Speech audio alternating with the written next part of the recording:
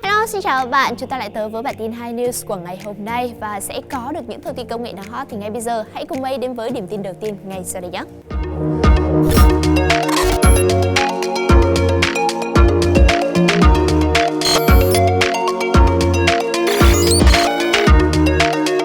iPhone 12 Pro Max smartphone có màn hình tốt nhất hiện tại.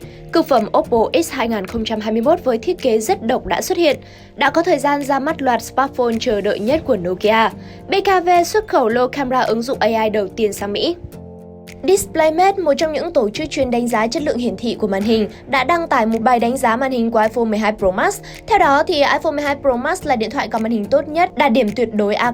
Cụ thể, iPhone 12 Pro Max sở hữu màn hình hiện đại, khả năng hiển thị vượt trội thông qua 11 bài kiểm tra từ độ sáng tối đa, tỷ lệ tương phản, độ chính xác màu và độ phản xạ. Tổ chức cũng cho biết màn hình của iPhone 12 Pro Max tiết kiệm hơn 10% điện năng so với iPhone 11 Pro Max. Điểm trừ lớn nhất trên màn hình của chiếc điện thoại này là chỉ hỗ trợ tốc độ làm mới tiêu chuẩn 60Hz thay vì 90Hz và 120Hz trên nhiều sản phẩm đối thủ. Hy vọng Apple sẽ bổ sung màn hình có tốc độ làm mới cao hơn trên dòng sản phẩm kinh nghiệm. Đúng như các thông tin rò rỉ trước đó, thì Oppo ngày hôm qua tại sự kiện Inno Day 2020 vừa chính thức giới thiệu concept điện thoại màn hình cuộn OPPO X 2021 mà hãng đang phát triển.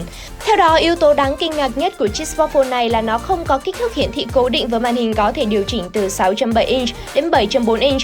Oppo đã đưa ra ví dụ về cách thức hoạt động của smartphone này. Khi mà người dùng click vào liên kết video, màn hình sẽ tự điều chỉnh theo tỷ lệ khung hình. Nhờ có động cơ cuộn kép bên dưới mà Oppo có thể tạo ra một màn hình không nếp gấp, điều mà các smartphone màn hình gập hiện tại vẫn đang cố gắng khắc phục. Động cơ có thể thu lại và mở rộng với lực phân bổ đều trên cả hai nửa màn hình. Hiện tại thì chiếc điện thoại này vẫn đang chỉ dừng ở mức concept và vẫn chưa rõ khi nào Oppo sẽ thương mại hóa nó. Tuy nhiên, với việc LG và mới đây nhất là Oppo đã tham gia vào thị trường smartphone màn hình cuộn thì có lẽ chúng ta sẽ không phải chờ đợi lâu nữa để được trải nghiệm công nghệ mới này trên chiếc điện thoại.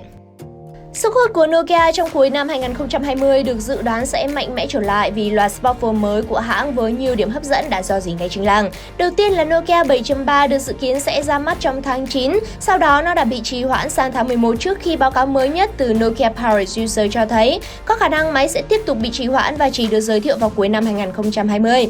Bên cạnh Nokia 7.3 thì SMD cũng được cho là sẽ giới thiệu hai thành viên Nokia được trông chờ khác bao gồm Nokia 9.3 ProView và Nokia 6.3.